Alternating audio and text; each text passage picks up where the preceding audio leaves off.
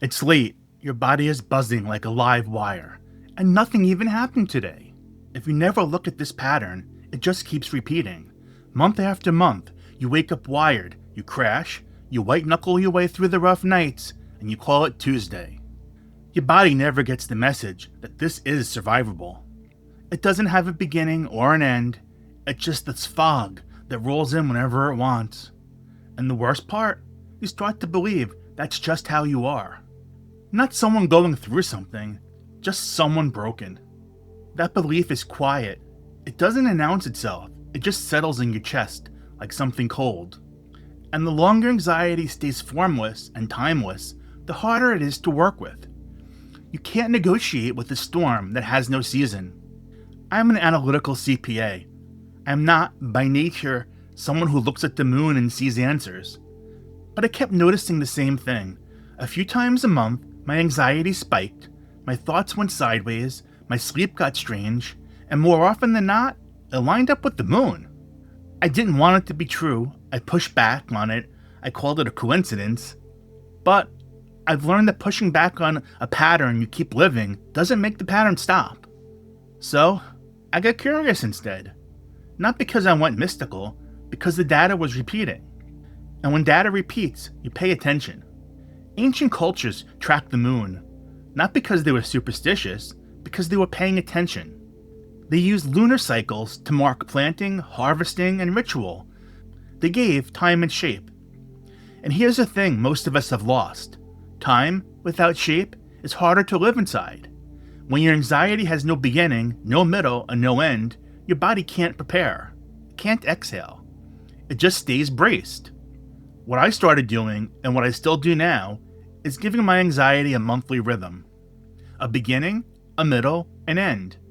Not because the moon is controlling my anxiety, I have no idea if it is, but because a container changes everything. When you put something formless inside a shape, it becomes workable. Your anxiety doesn't disappear, but it gets a season, and seasons end. Here's what's actually happening when anxiety feels endless. Your body is doing its job. It's scanning, it's watching, it's waiting for the thing to arrive. But when there's no clear beginning and no clear end, your body never gets the signal that it's over. It just stays ready, shoulders up, chest tight, breath short. Not because something is wrong with you, because your system was never told the season changed. Think about what it means to endure something versus to work with something. Enduring is white knuckling. It's waiting for the storm to pass. It's bracing. Working with something means you know roughly where you are in a cycle. You know what phase this is. When your anxiety spikes during the full moon, or around it, you're not broken. You might just be at the peak of a cycle. And peaks end. Your body can actually relax a little when it knows that, not because the anxiety disappears, but because it has a location. It's somewhere in the sequence, and sequences have endings. So here's the practice. It's simple. You can start it this month, wherever the moon is right now. At the new moon, sit down with your journal. Ask yourself one question. What anxiety pattern am I ready to work with this month? Not all of them, just one. Write it down. Be honest. Then set a simple intention. Something like, this month, I'm going to notice when the pattern shows up, and I'm going to do one small thing instead of bracing. That's it for the new moon. One pattern, one intention.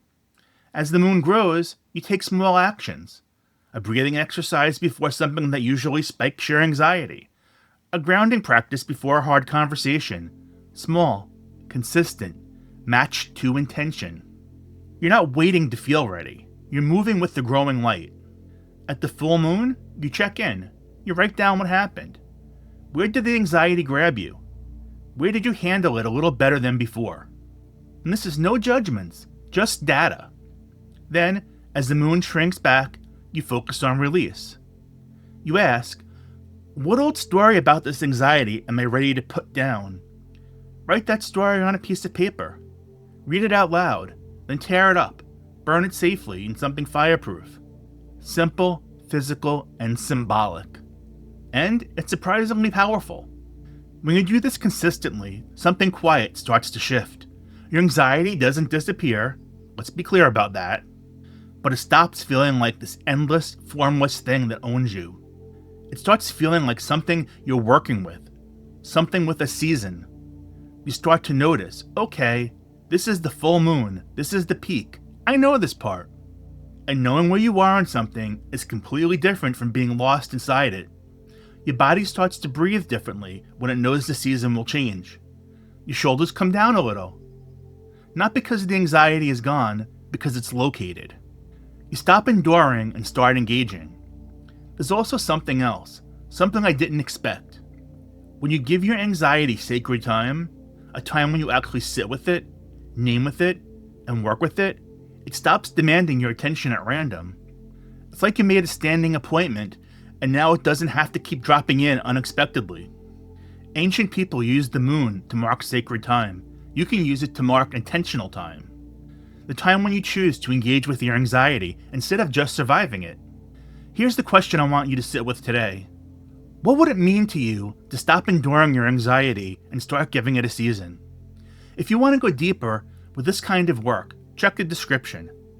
I keep my current offerings there, the things that actually help you work with your mind in a real, grounded way.